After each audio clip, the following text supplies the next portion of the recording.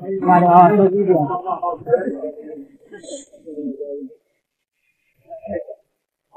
你看，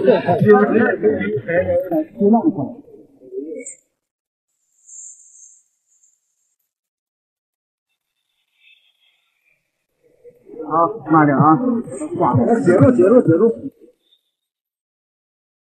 Although the pandemic has made weddings so difficult, Chinese parents will be relieved that a big problem has been solved.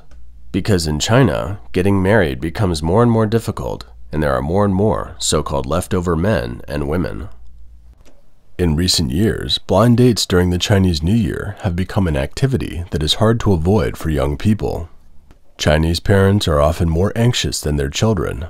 They worry that their children will be left behind in the dating market, and that the single status of their children often gives them a lot of pressure in social circles.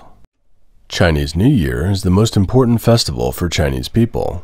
Many who work away from home return to their hometowns to celebrate the New Year with their families. It's the main theme of this holiday. People normally have 7 days off, while many industries give their workers 15 or more days off for the New Year season. Young people often vent their frustrations on the internet about being forced to go on blind dates arranged by their families. For example, this woman from northern China is only 22 years old. She wrote on her social media Weibo account that her family arranged for her to attend many blind dates during the Chinese New Year. At one time, she met 20 people in one day. It happened on January 10th, and from 8 a.m. to 5 p.m., she went on 20 blind dates. Both herself and the other party's parents were present. Each time, the two young people chatted simply, and some of the dates lasted only 10 minutes. The Chinese media Jimu News reported that on February 5th, a town government organized a blind date party with long lines of up to 100 men, but only 5 women on the scene. The town's Civil Affairs Bureau admitted that there is an imbalance of men and women. In a state of natural reproduction, the normal ratio of male to female births is roughly 107 to 100. Since the male mortality rate is higher at all ages, the ratio of males to females in the total population gradually tends to even out. The imbalance between men and women in China has historically been the worst in the world due to the Communist Party's long-standing family planning policy. It began on September 25, 1980, when members of the Communist Party took the lead in enforcing the one-child-per-couple rule. In 2015, the Chinese government announced that all married couples would be allowed to have 2 children in order to reverse the rapid aging of the labor force. In 2021, the Communist Party's top policy-making body, the Politburo, announced that all Chinese couples would be allowed to have 3 children, ending the 2-child policy that failed to improve the declining birth rate. According to official figures from China, from 1980 to 2014, 675 million people were born in China, with an average male-to-female ratio of 114.7, meaning that there were 114.7 males for every 100 females. There were roughly 23 to 36 million more males born in China than females. Due to the serious imbalance between men and women, a large number of men are unable to find a wife, which has become a difficult social problem to solve. In the 2021 national census, the average male-to-female ratio is 105.7, but this figure has been questioned as being altered by Chinese officials. In China, unmarried men over the age of 30 are called leftover men, referring to the remaining men who haven't yet found a wife. A book titled The Demographic Future by an American political economist predicts that by 2030, more than a quarter of Chinese men in their 30s will be unmarried. As in other parts of the world, the universal law of love still applies in China. But against the backdrop of a serious gender imbalance, and amidst the overall Chinese culture of being pushed towards the pursuit of money, and the culture of social comparison, the matchmaking method in the last 2 decades or so has taken on a prominent feature of the market economy.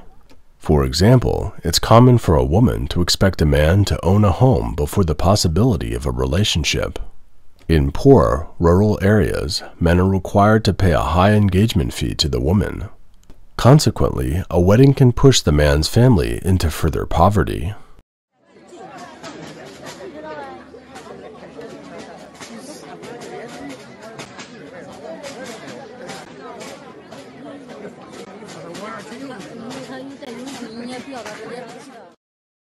China's central and provincial TV stations have launched numerous blind date programs. The following are some of the highlights of these programs. Hello, I'm a girl from Kunming. I haven't worked recently and I'm at home looking for employment. I want a stable job because my monthly expense is about 20,000 to 30,000 yuan or 3,100 to 4,700 US dollars a month. Men who have a stable salary can come and see me. If I don't marry a wealthy man, my looks, my body and my social etiquette, and my good character, my good personality will be ruined. Unless you marry a rich man, won't these things be ruined? Yes. My father is an employee of a state-owned enterprise. My mother is a dormitory maid at the university. I have inquired at Jiayuan how rich a man I can marry. One of the staff told me I can marry a man with assets of 20 million yuan or 3 million US dollars. But I want to marry a man with assets of 50 million yuan or 7 million US dollars. How did he assess that you could marry a man with 20 million in assets? It's based on my height, weight, and my mindset at the moment. I'm independent, and that's my biggest strength. My requirement is that my partner should have more than 50 million yuan or 7 million US dollars in assets.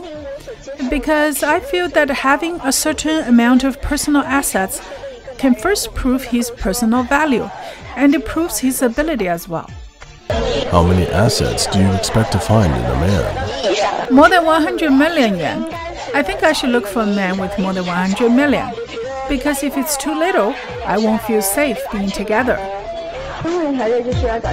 I'm looking for a rich man. He can readily give me 200,000 yuan.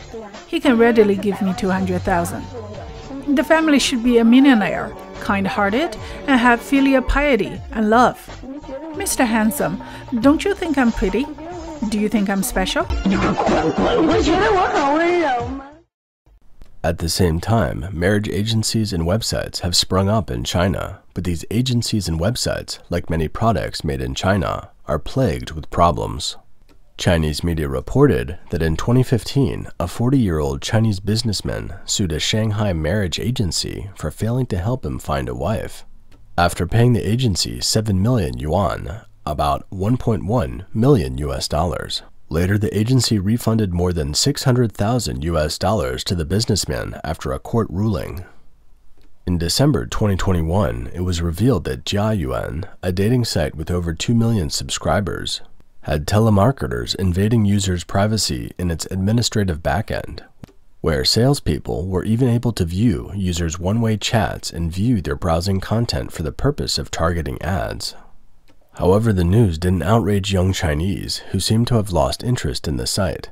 It has been a norm for quite some time that the site's official Weibo account receives no response from its users.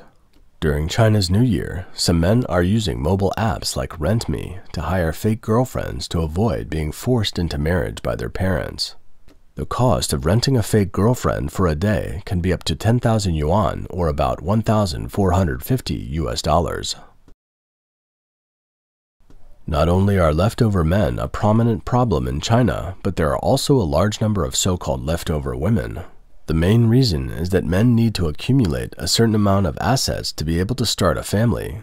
Because of the excessive financial burden, a large number of men choose to marry late. When it's time for these men to start a family, they tend to look for someone who is younger. In China, an age gap of 10 to 20 years or even more between couples has been increasingly common. For Chinese women, as they age, the odds of finding a suitable husband decreases significantly as financially stable, eligible men often choose to marry younger women. The Chinese Ministry of Education announced 171 new Chinese words in August 2007, one of which is leftover woman, broadly defined as an unmarried, highly educated woman over the age of 27 living in a city or town. Baidu, the Chinese version of Google, describes the characteristics of leftover women as highly educated, high income, eccentric, and even too high IQ. The increasing number of leftover men and women has made the Chinese government desperate as the demographic crisis is approaching at an alarming rate. At the end of 2021, a small county introduced a new policy. According to the new policy, the county with a population of 240,000 started to gather information on single women to create a database for matchmaking. The policy says that a so-called marriage service platform will be set up to survey and map all female cadres in the county over the age of 26, register them, and establish an information database, and then start activities like blind dates. What if there's no suitable match for these women? The county government has in mind the leftover men who are unemployed and jobless. The policy reads, if female cadres as leftover women find unemployed or jobless male spouses, the platform will help with skills training and priority placement in jobs in the country. It will also give guaranteed loans to individuals who are interested in starting a business. The document has come under heavy fire online, with netizens questioning why women can't choose to be single. In fact, a number of local governments in China are taking similar actions. In September 2021, a document from another county shows that the county government has requested statistics on the number of young people in the county who aren't married, so they can analyze the situation and propose solutions. On the Chinese internet, the leftover men and leftover women are classified into the following levels. 25 to 27 years old, elementary leftovers. These people still have the courage to continue the struggle to find a partner. 28 to 31 years old, intermediate leftovers who have few opportunities and have no time to look for a partner because of their career. 32 to 36 years old, advanced leftovers who have survived the brutal workplace struggle and are still single. 36 years old and up, special class leftovers. The Chinese word remaining has the same pronunciation as the word sage. Monkey King, the main character from the classical Chinese novel Journey to the West, called himself a heavenly sage. This group of leftover men and women are jokingly called heavenly remains. Perhaps for many young Chinese, they just don't have the time or opportunity to really get to know each other. In 2021, an ancient city had a sudden resurgence of outbreak. The local government decided to shut down the city.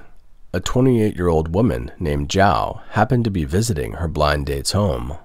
She was caught off guard by the city's sudden order and forced to stay at the man's home. The two young people gradually evolved from the initial awkwardness to familiarity. The young man's thoughtfulness impressed the girl, and they eventually developed an amicable relationship, becoming engaged within 2 weeks and hoping to get married in the summer. However, the abrupt blockade adopted by the Chinese government in response to the outbreak has caused far more tragedy than this unexpectedly happy ending.